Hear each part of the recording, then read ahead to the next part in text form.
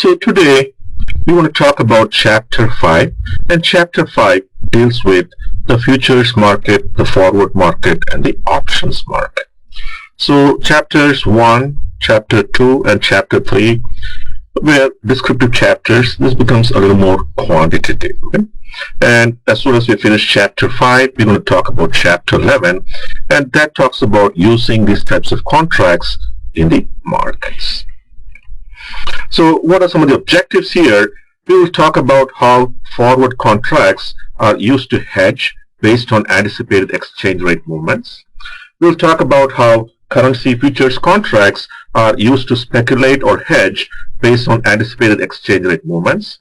And we will explain how currency option contracts are used to speculate or hedge based on anticipated exchange rate movements. So basically here we are talking about the use of futures contracts, the use of forward contracts, and the use of options contracts by corporations. Okay? And I'll just skip this question for now. So let's talk about what is a currency derivative. So a currency derivative is a contract whose price is derived from the value of an underlying currency. So basically here, when you talk about a futures contract on the euro, what we are saying is that by itself, the contract has no value. The reason why the contract has a value is because the euro will change in price. So as the euro appreciates, the value of the contract can go up. If it is we are buying the forward contract. On the other hand, when the euro depreciates, the value of the contract will go down. Okay. Derivatives are used by MNCs to speculate on future exchange rate movements and hedge exposure to exchange rate risk. Now, although the textbook says that MNCs might speculate on foreign currency and so on, chances are they are not going to do that. So chances are they will try to reduce the exposure by hedging rather than speculate on foreign contracts. Okay?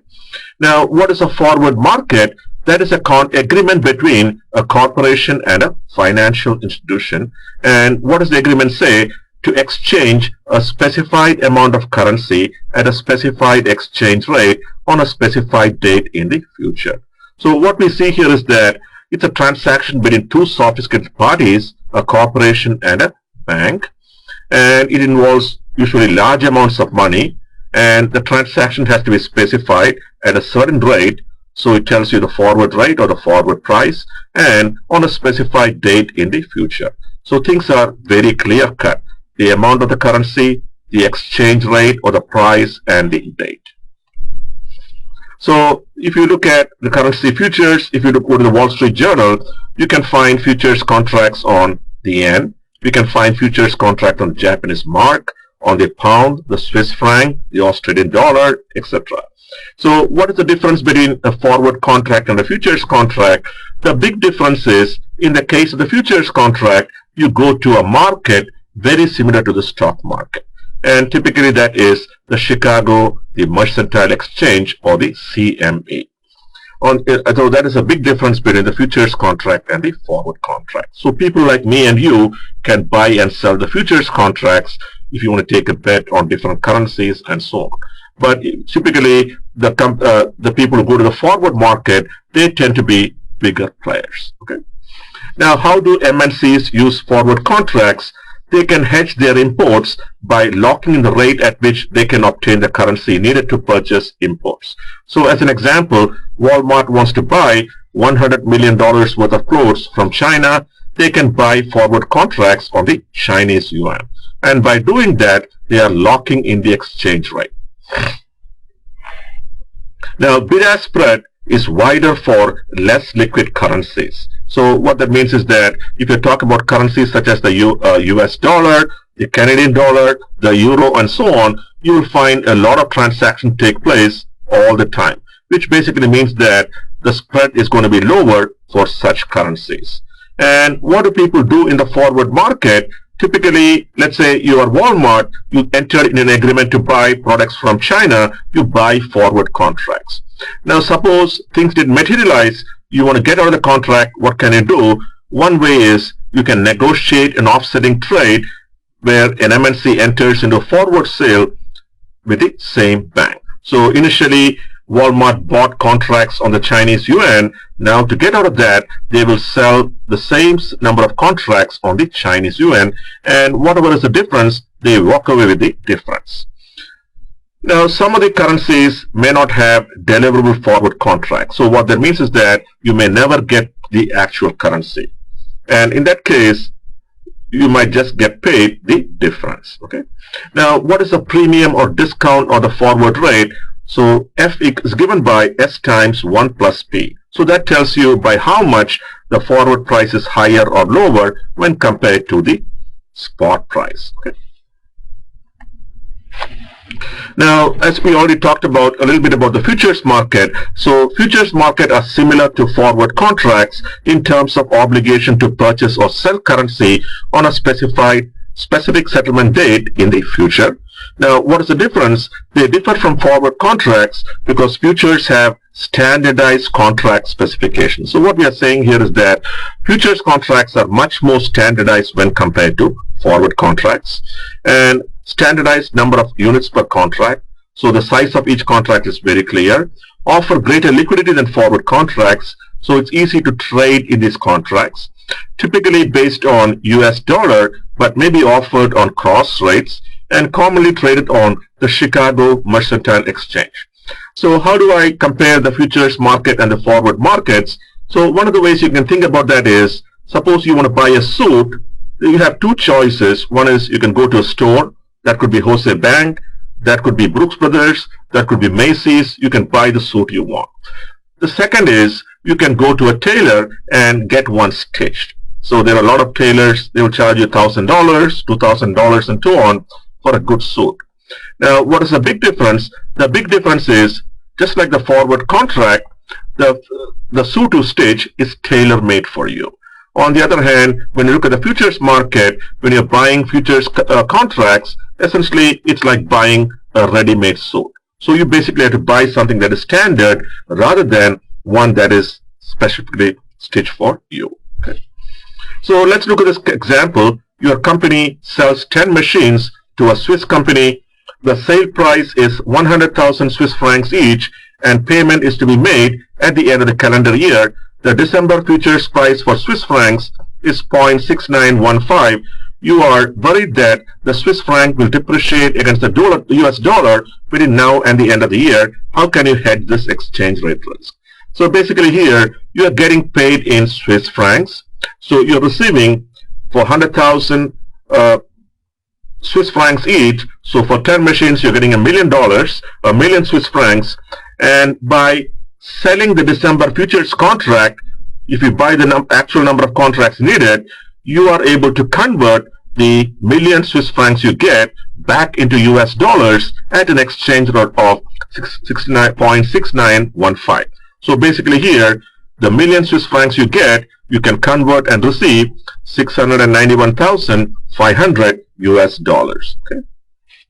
So basically here, just like we talked about earlier, this compares the forward and the futures market. So what we find here is that in the case of the forward contract, the participants are banks, brokers, and multinational companies. So these are the big players.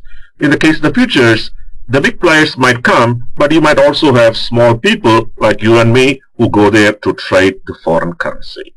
Now the security deposit, in the case of the forward contract, you don't have to put down a security deposit. In the case of futures market, you have to put down a security deposit, and this is referred to as the margin. Now, what about the clearing operation? The forward contract handling contingent on individual banks and brokers, no separate clearing house. So basically, that's a transaction between a bank and a corporation, and there is nobody else. In the case of the futures market, you will have an exchange clearing house. Okay? Now, the marketplace is a telecommunication network. In the case of the forward, in the case of the futures, a central exchange floor with worldwide communication. What about regulation? In the case of the forward market, the banks and other companies, they are self-regulated. In the case of the futures market, the Commodity Futures Trading Commission, or you have the National Futures Association. What happens at the end? In the case of the forward contract, you get actual delivery. Now, you can always do an offset trade. in the case of the futures contract, there is a very high chance you do an offset trade. So what that means is that suppose you have the right to buy the foreign currency, you bought a futures contract initially, at the end you might do the opposite trade, and that is you will sell the futures contract. And what about transactions cost set by spread between banks buy and sell price? Okay, so they have the price at which they buy the contract could be different from the price at which they sell the contract. Usually there is a higher price. On the other hand, in the case of the futures contract, there could be a negotiated brokerage fees. Okay. Now, how do firms use currency futures? Purchasing futures to hedge payables, selling futures to hedge receivables. So here, what we are saying is that if you have to make a payment, let's say in foreign currency, you want to buy the futures contracts. On the other hand, if you are receiving money from abroad, you are an exporter like Apple or Microsoft, to convert the foreign currency back into US dollars, you want to sell the futures contract. Okay. So basically here, you had the initial contract to sell currency, and the price was 0.09 per peso. So the price to sell was 45,000, and what you might do is at the end you might turn around and do the opposite trade, which basically means that you're going to buy the pesos. So when you buy it, you only pay 40,000. So the difference is $5,000. That is your profit. Okay. So what we have here is that we have some examples of foreign currency transactions, and we want to talk about how companies use the futures contract or the forward contracts. So the first one, Georgetown Company plans to purchase Japanese goods denominated in yen. So in this case, they need Japanese yen, and because they need the Japanese yen, they should be buying the futures contract or the forward contract. Harvard Incorporated sold goods to Japan denominated in yen. So they are receiving Japanese yen, they want to convert it back into US dollars. To do that, what they have to do in the market is they want to sell futures contracts or the forward contracts. Yale Corporation has a subsidiary in Australia that will be remitting funds to the US parent. So again, you are receiving Australian dollars. So to hedge yourself, you should be selling futures contracts or forward contracts. The next one, Brown Incorporated needs to pay off existing loans that are denominated in Canadian dollars. So what do we do here? They have to pay Canadian dollars. They need Canadian dollars. So to do that, they will buy forward contracts. Okay. The last one is Princeton Company may purchase a company in Japan in the near future, but the deal may not go through. So what we find here is that there is some uncertainty. They might need a lot of money in Japanese yen, but they're not 100% sure. So whenever there is uncertainty, when you're not sure the deal will go through, perhaps a better choice is to use the options rather than the futures and the forwards. Why do we say that? The main reason why we say that is because in the case of the futures or the forwards, you have the right, but you also have an obligation. So sometimes things may not work as you planned, but you still have to execute the contract. On the other hand, if you are dealing in options, in such cases, you can always walk away. Okay.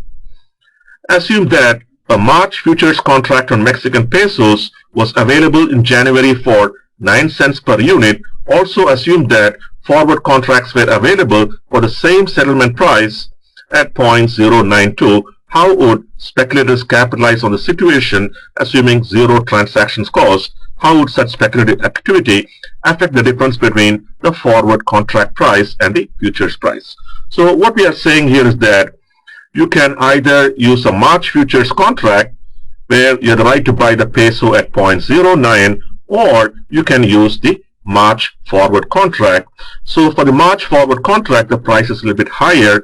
It's up by, the difference is 0.002 or 0.2 cents. So if you want to make some money, what we can do is we can sell the forward contract and we can buy the futures contract. So basically it's cheaper by 0.002, and that would be the profit you make.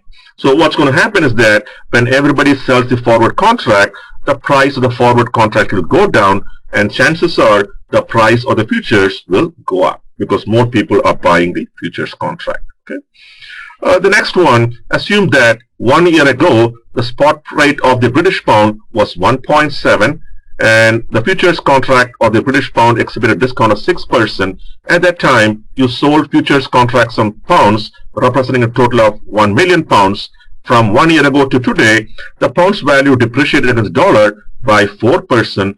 Determine the dollar amount of your profit or loss from your contract. So basically here, what we are saying is that you sold the futures contracts, and when you sold the contracts, the forward price was 6% lower than the spot price. Okay. And now the pound's value has again gone down by 4%. So in this case, what we find is that we can find out the forward price, that is 1.598, and you are receiving 1,598,000 US dollars. And to buy the same pounds, right now you're going to pay $1,632,000. So you actually have a loss of 34,000 US dollars.